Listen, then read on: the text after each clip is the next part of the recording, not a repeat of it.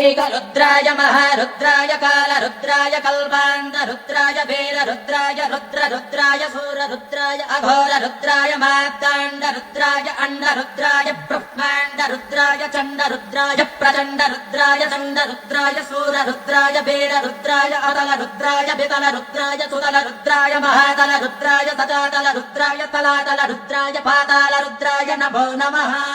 विश्वम् विश्वर्वसत्कारो भूतभव्यभवत्प्रभुः भूतकृद्भूतभृद्भावो भूतात्मा भूतभावनः भूतात्मा परमात्मा च भुक्तानाम् परमागतिः अव्ययः पुरुषः साक्षात् क्षेत्रज्ञाक्षर एव च उत्तिष्ठोत्तिष्ठ गोविन्द उत्तिष्ठ गरुडध्वज उत्तिष्ठ कमलाकान्त त्रैलोक्यम् मङ्गलम् कुरु।